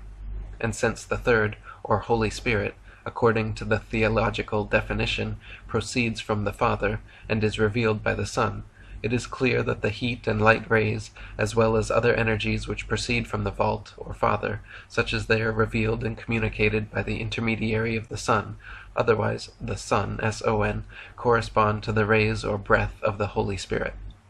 The Babylonian priest astronomers had identified 36 gods or cosmic energies, which consequently emanate from 36 specific points of the vault, if the figure is exact. But in what way were they able to discover the existence of these energies or gods? Simply by observing the movements of the satellite discs of the earth on the vault, which they had, to this end, divided into 360 fixed degrees, 12 signs of 30 degrees, and recording the particular reactions, always the same, which the repeated passages of the discs over certain points of the vault infallibly determined in the behavior of man and in nature. In this way, they could establish a systematic and accurate classification of the energies which are contained in the vault. These forces, considered as gods, were said to govern all terrestrial and human circumstances, including all diseases. It would thus appear that the cosmic rays emitted by a particular spot of the vault, and personified by Ares, the god of war, through transmission by the discs, incite men and nations to fight one another. But when the discs, however, move away from the dangerous spot in the vault, and the influence is no longer transmitted, the desire for war dies away. Or again, that the particular vault radiations personified by Apollo confer what is called innate poetical, musical, or other artistic genius to the individual, and this by means of an exact geometrical relation called aspect, existing on the day of birth between the position of the discs and a determining point of the vault, say, in this instance, the 25th degree of Virgo. It may also be that the hypnotic action exercised by the vault compels man to blindly obey the cosmic impulsions, such as they are received through the medium of the satellite discs of the earth, but some of which, it is said, may be resisted. It should also be pointed out that since the heavens are in the shape of man, it is presumable that all the waves they discharge, whatever their length or speed of propagation, reproduce this pattern, and this has consequently led to the mythological belief that gods descend from heaven to earth to be born there as men, and also to the narratives of their discourses and actions in this world. Chapter 7. On Defects of Projection, Flying Discs, and the Rainbow. A remarkable fact which cannot escape attention is the perfect stability of the orbits of the satellite discs of the earth, and also the mathematical regularity of their speeds, which would result, as previously suggested, from the vibratory motions of the surfaces from which they are reflected. But this precision has not always been the case, as according to certain traditions there was a time when the stars did not yet know their way. It is reported that Solon, when traveling in Africa in the 6th century BC, went to the Egyptian priests to ask them what they knew about the earliest days of humanity. The priests stated that at long intervals there had been great changes around the earth and in the celestial movements, which caused the destruction of large numbers of human beings due to the devastating fires which destroyed all objects on the surface of earth. The reason was that Phaeton, after having harnessed the horses to his father's chariot, could not drive it properly in its usual course, and it had practically destroyed everything on earth. This description seems to refer to an accidental slowing down of the sun's speed, whereby the heat generated by the metallic surface of the vault would be increased to such an extent as to cause the disastrous consequences referred to above. The discs which have been observed traveling in space, sometimes at very high speeds, and which are called flying saucers, are also luminous manifestations. It must be agreed that they resemble, except as far as the speeds are concerned, the satellite discs of the earth, and they have the same origin, but it may be surmised in their case that either the primary projections are imperfect, or that the vibratory motions of the surfaces from which they are reflected on the vault of the sky are intermittent and irregular, thus producing short and erratic manifestations. It may be recalled that several observers who have seen flying discs from a short distance have described them as appearing to be metallic objects. That is to say that here again the vault of heaven is visible through the transparent discs. With regard to the cigar-shaped saucers which have been taken for spaceships, it is obvious that this oblong appearance merely represents a flattened disc. This deformation is presumably due to the shape of the vault, showing it thus at a different angle. There are two facts which are to be mentioned concerning flying saucers. Firstly, that practically all cases occur when Mercury, Venus, or Mars are either stationary or in slow motion, direct or retrograde. Secondly, that in all cases, invariably, the satellite discs effect a passage either at the 8th, 9th, or 10th, 14th, or 20th, or 21st degrees of any of the 12 signs of the zodiac, so that it is possible to forecast the approximate date of the appearance of a saucer by the perusal of astronomical tables. The rainbow is a greatly enlarged reprojection of the disk of the sun. It should be explained that only half of the iridescent border of the circle appears on the vault of the sky, but that the other half is always visible at the same time on the surface of the earth, where it can only be observed with difficulty, as it is on the horizontal plane. It is only from a height such as the top of a hill that the complete reprojection of the solar disk can be seen in its entirety. The decomposition of the light is, therefore, effected by the vitreous or metallic surface of the dome of the sky acting in the circumstance as a prism. Chapter 8. On the Phases of the Moon and Eclipses. The phases of the moon correspond to a 28-day eclipse which starts after the full moon, and becomes total for a few days after the phase which is called the last quarter. The end of the eclipse is marked in succession by the reappearance of the new moon, followed by the first quarter, and the full moon corresponds to the end of the eclipse. The explanation which has been furnished that lunar eclipses are caused by the shadow which is cast by the earth when the sun is situated behind it and in opposition to the moon is not to be retained. The phases of the moon which constitute a true eclipse of long duration are not caused by the fact that the sun remains 28 days behind the earth and in opposition to the moon, any more than in the case of an eclipse of only a few minutes' duration. And even then, are we warned, in order that such an eclipse can be explained, it is necessary to assume that the earth has no atmosphere, which, considering existing circumstances, is not a very realistic proposition. It is also to be pointed out that the partisans of the system of gravitation show no scruples at all in having recourse to the geocentric system, although condemned by them as unacceptable, in order to explain and calculate eclipses; and as yet it would be useful to know whether the motion of a solar eclipse is at all real, since the motion of the sun in which the latter takes place is described as being only apparent. It is said that eclipses of the sun occur when the latter and the moon, which are considered as solid, opaque bodies, are in conjunction, thus producing an obscuration, and that in lunar eclipses the luminaries are in opposition to each other. But it must be remembered that the position of the sun, as based on an inexistent advance of 1 degree per day, has no connection whatever with true circumstances, and therefore the conclusions which have been drawn from this are false from the very beginning in both cases of solar and lunar eclipses. We are also told, in this respect, that the black disk of the moon advances on the sun, and then recedes, but the moon is never retrograde.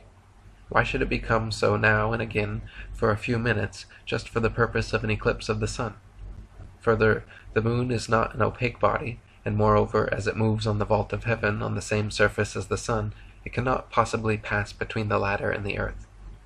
Eclipses are not caused either, as it might be inferred at first, by a partial or total temporary extinction of the projector center, thus provoking an interruption of luminosity on a corresponding surface of the projected disk, since the latter is existent behind the shadow, its circumference remaining visible throughout the whole duration of the obscuration.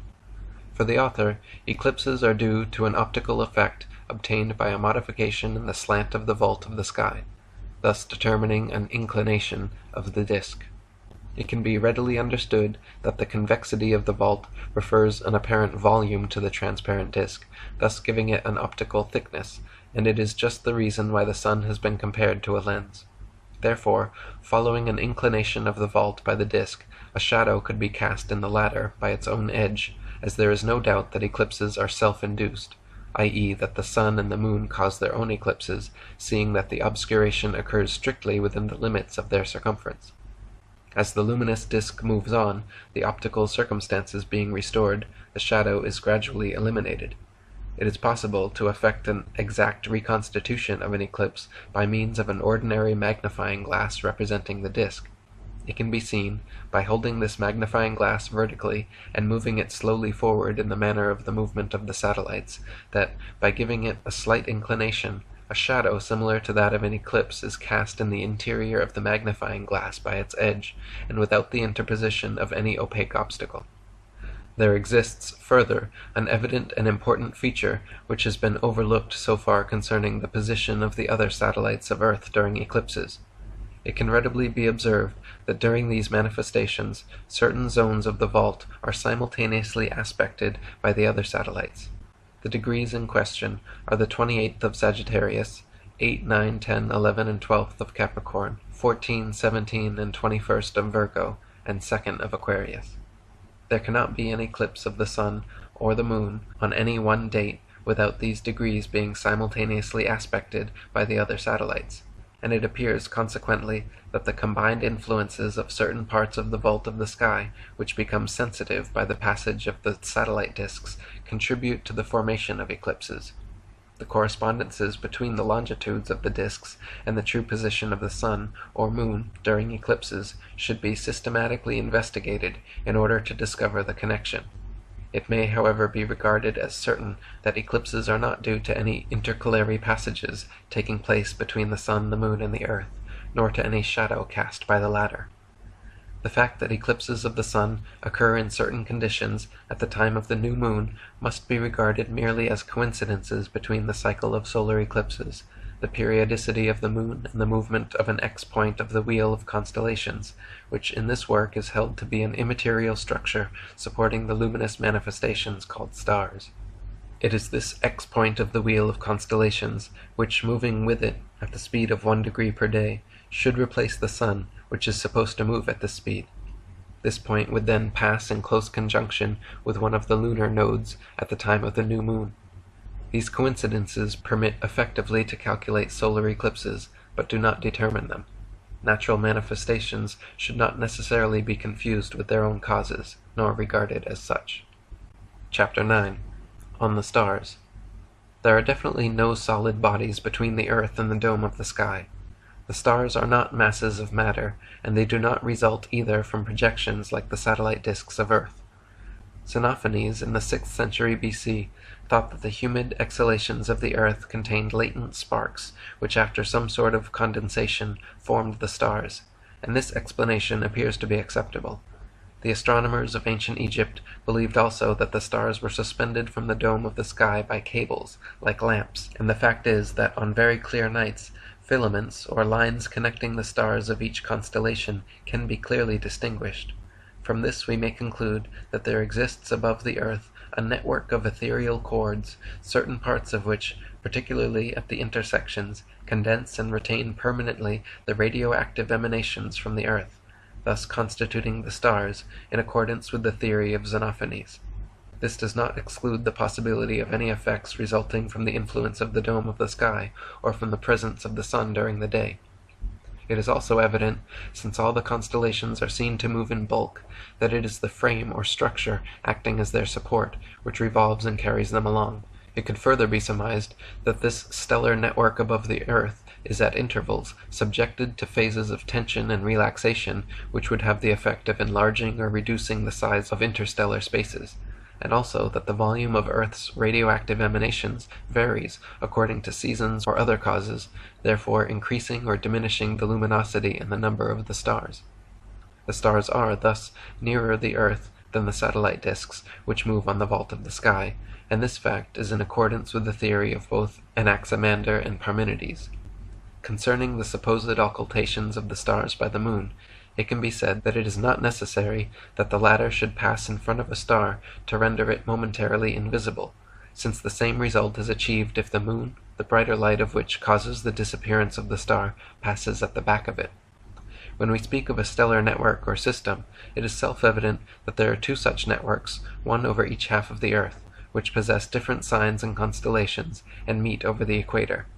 It can be observed that the constellations make a complete circle of that part of the heavens in which they are situated in 1 year, which is equivalent to an approximate speed of 1 degree per day, and it is this advancing motion of the constellations of 1 degree per day which, for some incomprehensible reason, has been attributed to the sun.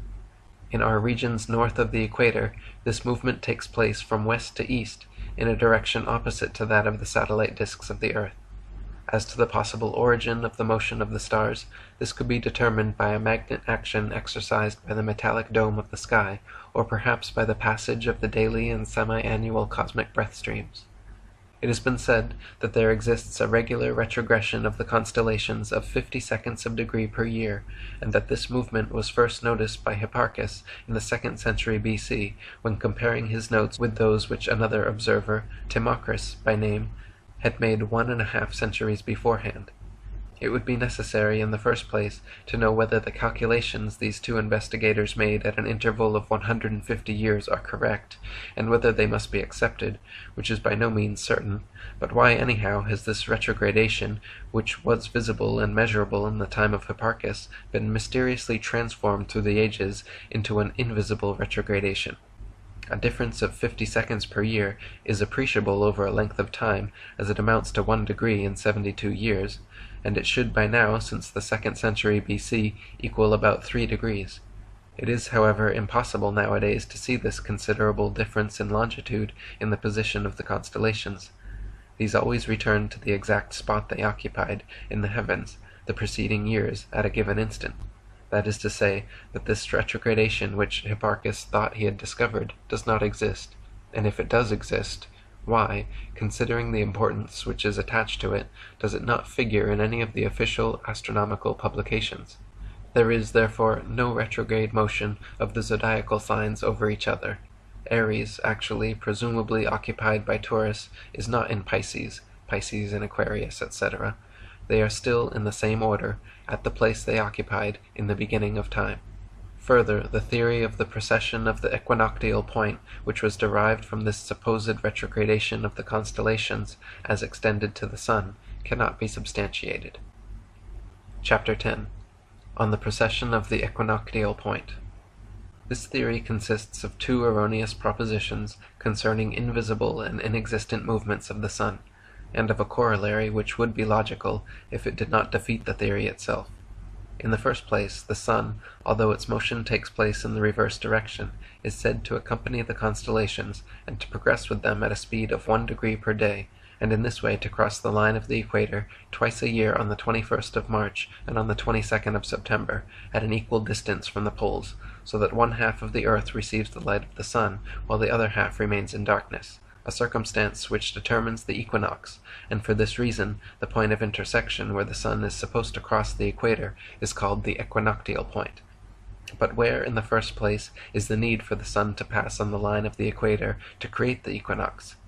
This equal duration of day and night undoubtedly results from the indisputable fact whereby sunrise occurs exactly 12 hours after sunset. Why give an artificial cause to a circumstance of nature, the origin of which is clear as daylight? According to the second proposition, the sun, with the constellations, is said to have a retrograde motion of 50 seconds of a degree per year.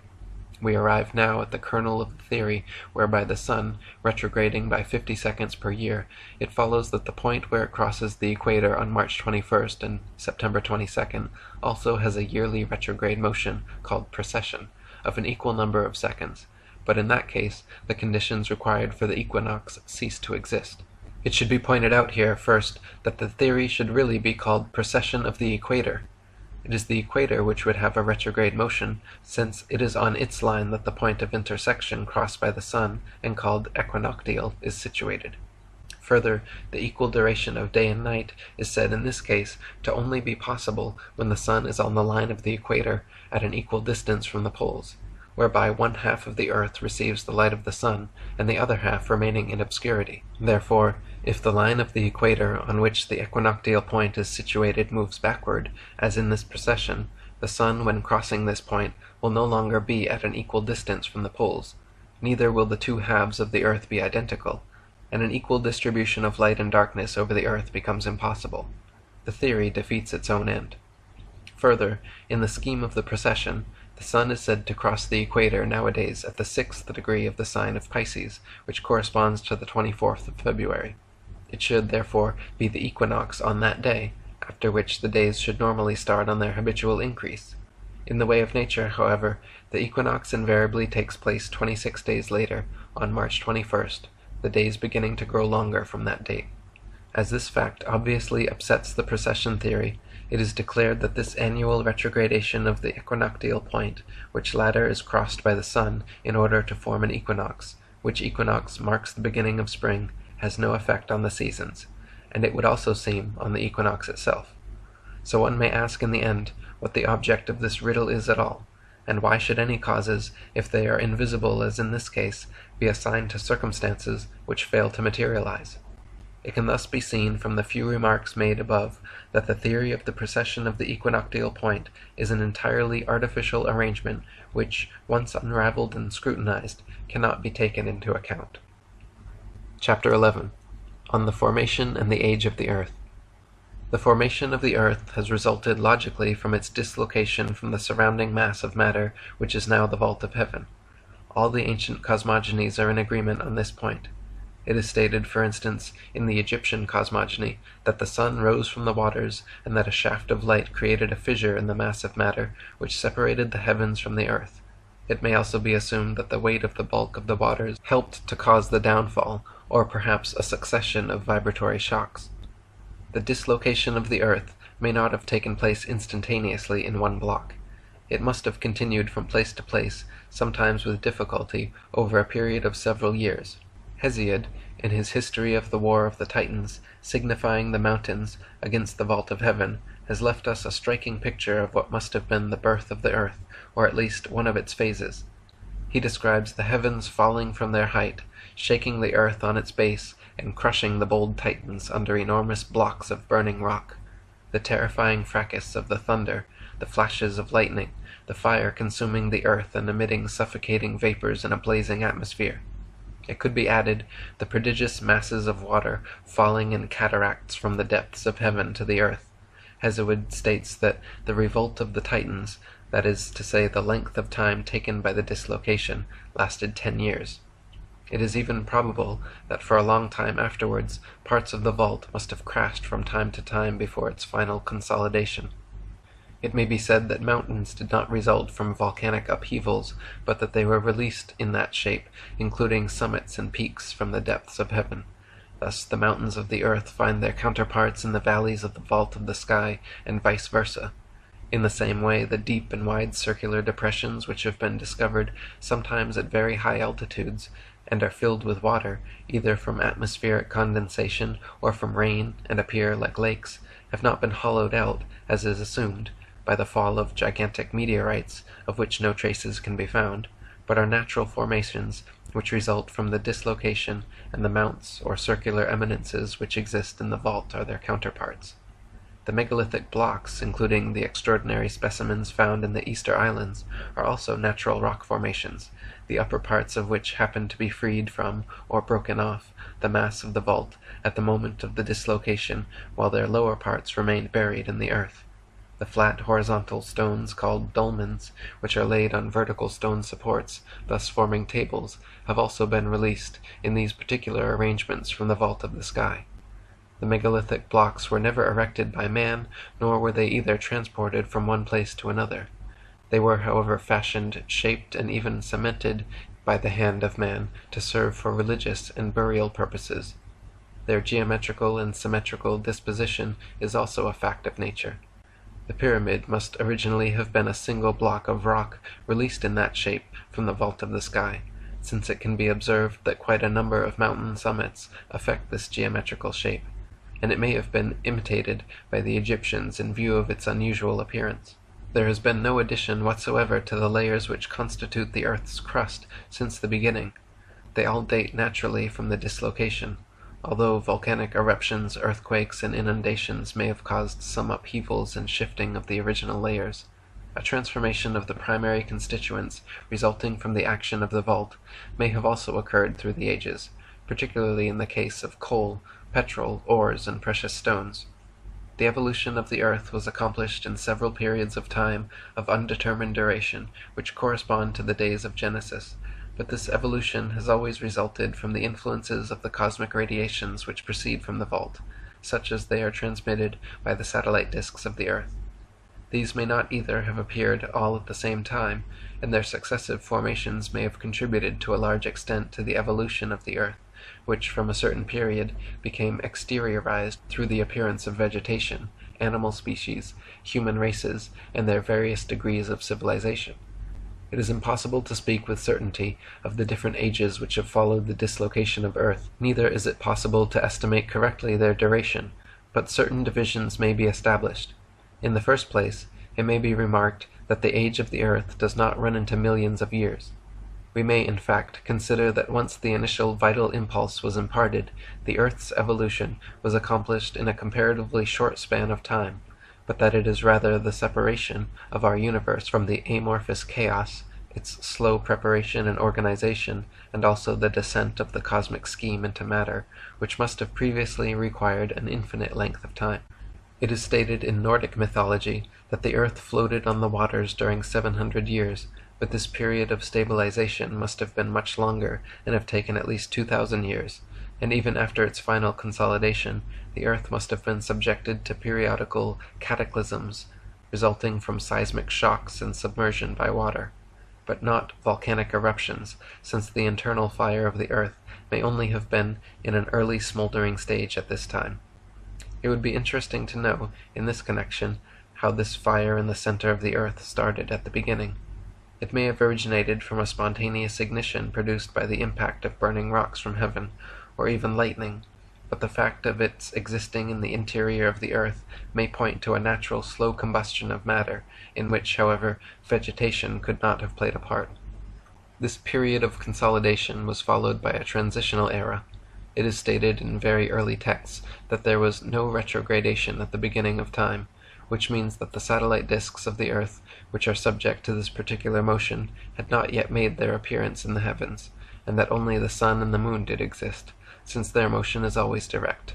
The other disks, up to and including Saturn, which all retrograde, may have started to appear successively a few hundred years after the dislocation of the earth. it is also said that the inclination of the earth did not exist and that there were no eclipses. This early transitional period must have lasted a considerable time, and its duration be estimated at about 10,000 years. The next great event in the evolution of the earth was its inclination. It is said in some Oriental cosmogonies that one of the pillars supporting the earth collapsed and made it lean in a southwesterly direction, while the heavens were then said to incline towards the northeast.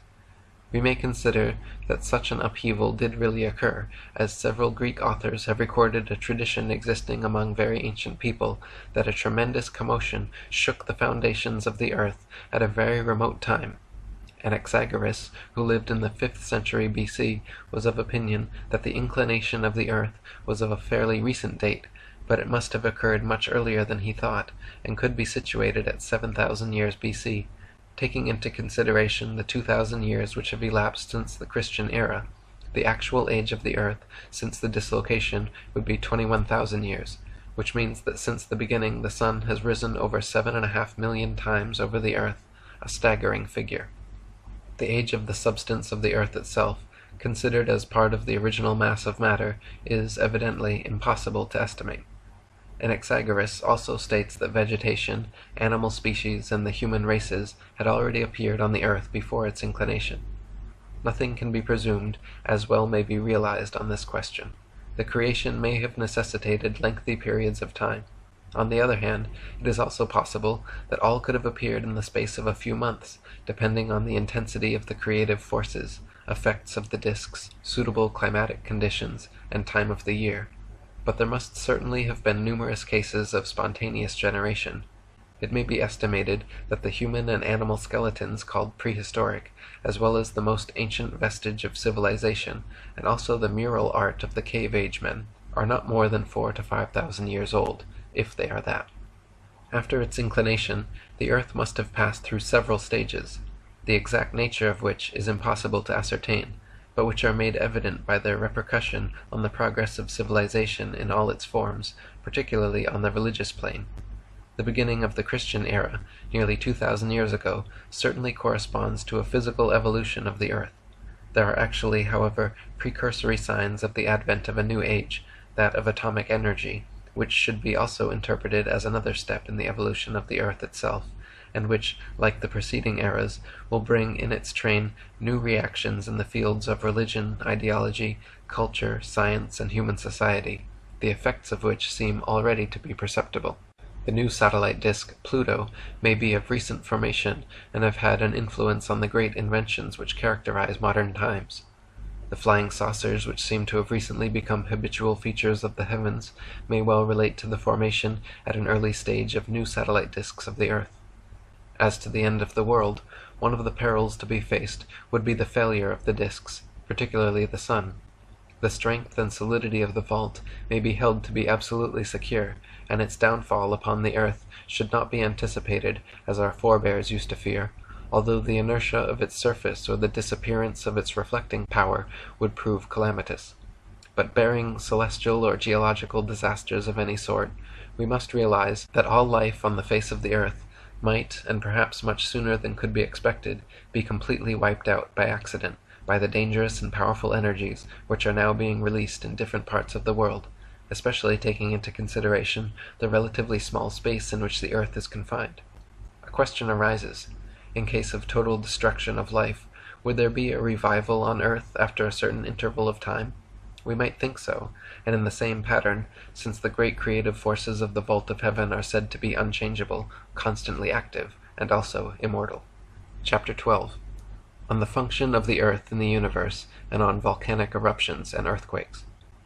If we try to discover the function of the earth in the universe, the first thing to be noticed is the manifestation of life. The earth is not a cold mass without any reflexes. There is firstly the all-important factor of its internal fire, the incessant activity of which is made evident by volcanic eruptions. There are also other symptoms of animation, such as earthquakes, tides, and winds. It should also be borne in mind that if life in all its forms is extant on the earth, it is only because of its part and parcel of the living body of the earth itself. It follows that the only interpretation that could possibly be assigned to the earth, in view of the evidence of life, is an organic one, a parallel of which could be found in the human body. If the different parts of the human body and their functions are examined, the most consistent relationship which is immediately apparent is that which exists between the heart and the earth. In the first place, there are the volcanoes, which represent the apertures through which the blood is assumed to leave the heart and pass into the blood vessels. Furthermore, we have the volcanic eruptions, which correspond to the expulsion of the blood. Another important point of resemblance is the inclination of the earth towards the left, reproduces the slant of the heart in this direction. Under the circumstances, the volcanic eruptions and the earthquakes would appear to represent cardiac phenomena, and to have a connection with movements of the expansion and contraction. The volcanic eruptions resulting in the expulsion of certain quantity of fiery matter from the center of the earth would correspond to the expansion. The earthquakes causing cracks and disturbances on the crust of the earth would represent the contraction.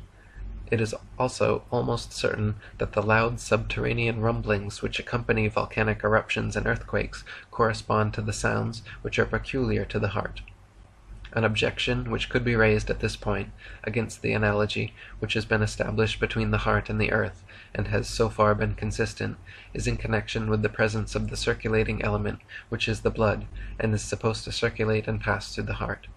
This fact would imply parallel conditions in the case of the earth, and these conditions do not exist, but the circulation of the blood could be disclaimed, seeing that it cannot be proved, as it is impossible to know exactly what the conditions are in the heart, in vivo, and also that this circulation, by means of X-rays, cannot be seen to exist. It would rather appear that the blood is immobilized in the heart, veins, and arteries, in the same way as the marrow is enclosed in the bones, and the similarity of the arrangement seems to confirm this view.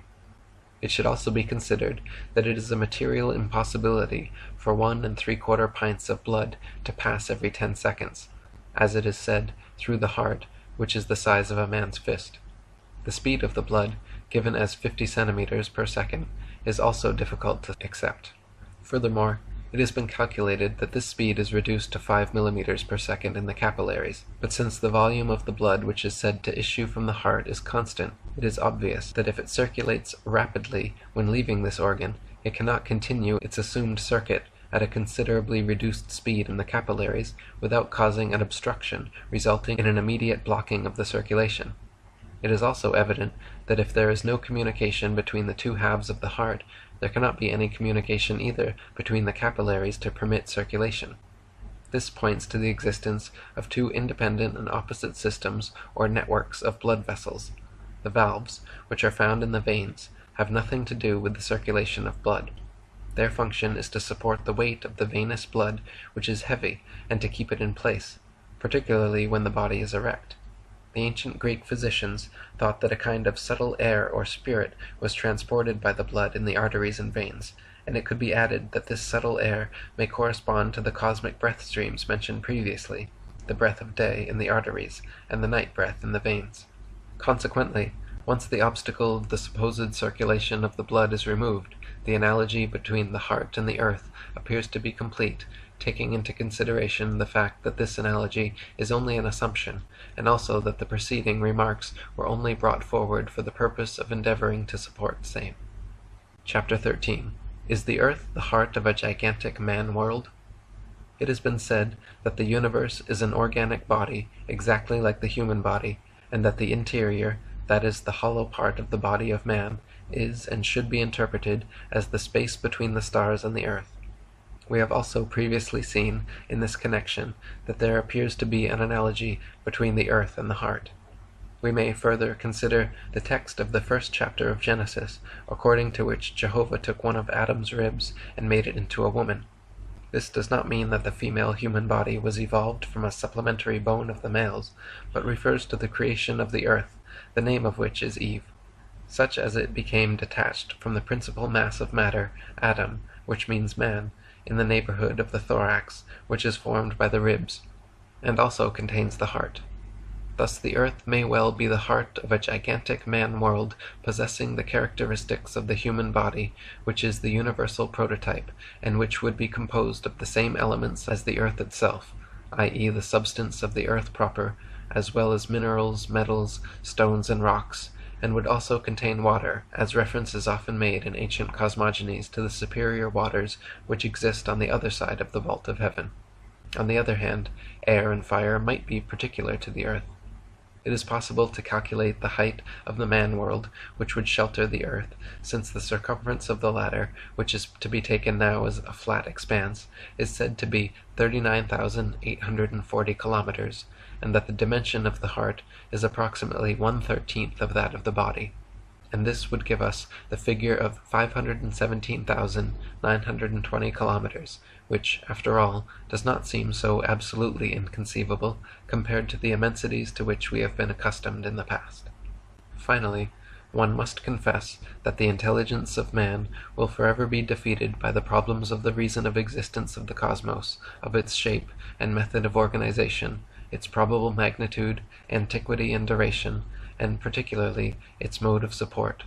Logic and imagination remain powerless in front of these unfathomable mysteries.